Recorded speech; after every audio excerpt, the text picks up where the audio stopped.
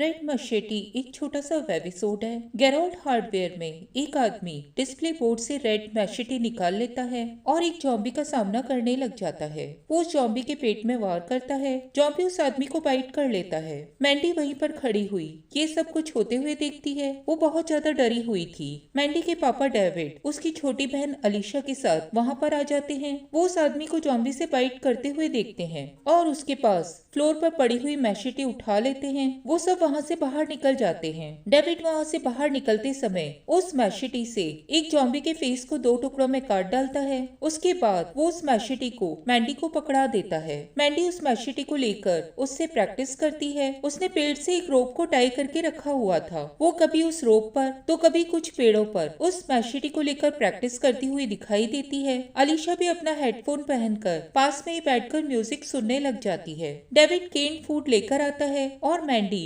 लगातार प्रैक्टिस करती रहती है। उन लोगों का स्टोरेज केन फूड खत्म हो जाता है। वो सभी खाना लेने के लिए एक यूटिलिटी स्टोर में पहुंच जाते हैं। वो सभी वहां से खाना लेकर निकलने लग जाते हैं। तभी अलीशा को एक जॉम्बी पकड़ लेता है और उसे बाइट कर लेता है। मैंडी ये देखकर बहुत ज्यादा डर जाती है। बाद में डेविड मैंडी के बाल उस मैशेटी से काट डालता है। डेविड एक स्टोन पर अलीशा का नाम लिखता है और उसे उसकी ग्रेव के ऊपर रख देता है। डेविड ग्रेव के पास बैठकर रोने लग जाता है। मैंडी उसे वॉच कर रही थी। मैंडी अपनी मैशेटी को कसकर पकड़ लेती है। डेविड और मैंडी एक मरी हुई मछली को लेकर अपने सिक्योर प्लेस पर पहुंच जाते हैं। बाद में डेविड मैंडी को मछली काटना सिखाता है और वो दोनों मिलकर उसे खाते हैं। मैंडी मैशेटी को लेकर और प्रैक्टिस करती है। मैंडी अपने नए घर के डोरवे में बैठी हुई थी। डेविड सीढ़ियां चढ़कर आता है और उसे मैशेटी पकड़ा देता है। मैंडी देखती है कि डेविड ने मैशेटी के हैंडल के ऊपर उसका नाम क्रेव कर दिया था। डेविड फिशिंग नेट में फंसे हुए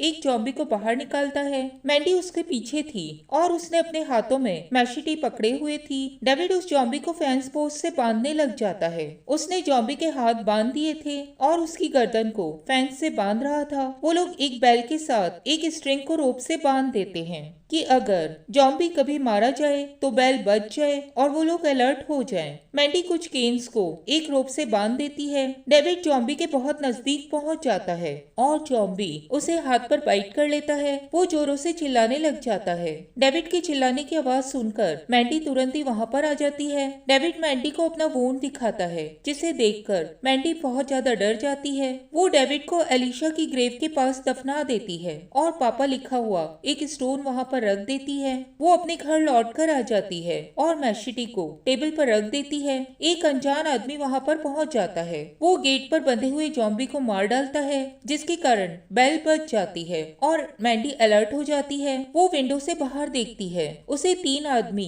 घर के अंदर एंटर करते हुए दिखाई देते हैं। एक आदमी घर में ऊपर जाता है और उस रूम में घुस जाता है जहाँ पर मैंडी छिपी हुई थी। वो रूम में चारों ओर देखता है। वो मैशेटी उठा लेता है और बाहर निकल जाता है। वो आदमी जिसने मैंडी का मैशेटी लिया था उसका नाम डेरेक था। वो बाहर आकर एक पेड़ के तने के ऊपर बैठ जाता है और हेडफोन्स लगाकर म्यूजिक सुनने लग जाता है। वो मैशेटी उठा लेता है। वो एक एम्प्टी टिन में बेकिंग सोडा और पानी डालकर मिलाता है और उससे मैशेटी को क्लीन करने लग जाता है। डेरेक मैशेटी के हैंडल पर रेड टेप लगा देता है जिसके कारण मैंडी का नाम छिप जाता है। डेरेक म्यूजिक सुन रहा था तभी पीछे से एक जॉम्बी वहाँ पर आ जाता है। जॉम्बी डेरेक के शोल्डर को पकड़ लेता है। डेरेक तुरंत ही उठकर मैशेटी को जॉम्बी के सीने में घुसा देता है। जॉम्बी फिर डेरेक को बाइट कर लेता है। जॉम्बी के सीने में मैशेटी घुसी हुई थी और वो आगे की ओर बढ़ता जा रहा था। वो एक मरे हुए जानवर को खा लेता है। जॉम्बी आगे की ओर चलता जाता है। एक अनजान सर्वाइवर जॉम्बी के चेहरे पर पंच मारकर उसके सीने से मैशेटी को निकाल लेता है और क्लेम्ड कहता है। वो अननोन सर्वाइवर जो था। जो और क्लैमर्स का एक मोन्टाज दिखाया जाता है जिसमें उन्हें टर्मिनस के साइन के पास से गुजरते हुए छोड़े हुए कैंप से बचे हुए सामान को लेते हुए एक सर्वाइवर को खाने के लिए देखते हुए ताकि उन्हें उसका बैकपैक मिल सके और एक कैबिन को लूटते हुए दिखाया जाता है। एक रात 2 चोर क्लैमर्स के ऊपर अटैक कर देते हैं और पकड़ लिए जाते हैं। एक का हाथ रेड मैशेटी से काट दिया जाता है, जो मैशेटी को अपने बैग में रख लेता है। बाद में रिक ग्राइम्स और उसका ग्रुप क्लैमर्स को मारकर रेड मैशेटी को ले लेते हैं। मैशेटी को गैरेथ पर इस्तेमाल किया जाता है और उसके बाद मैशेटी के ब्लेड के सफर को दिखाया जाता है। इसके बाद मैशेटी सर्वाइवर्स के पास पहुंच जाती है। जेरिल को रेड मैशेटी मिल जाती है। वो सर्वाइवर्स से अलग होकर जंगलों में भागते हुए दिखाया जाता है। उसे एक कार में सामान मिल जाता है।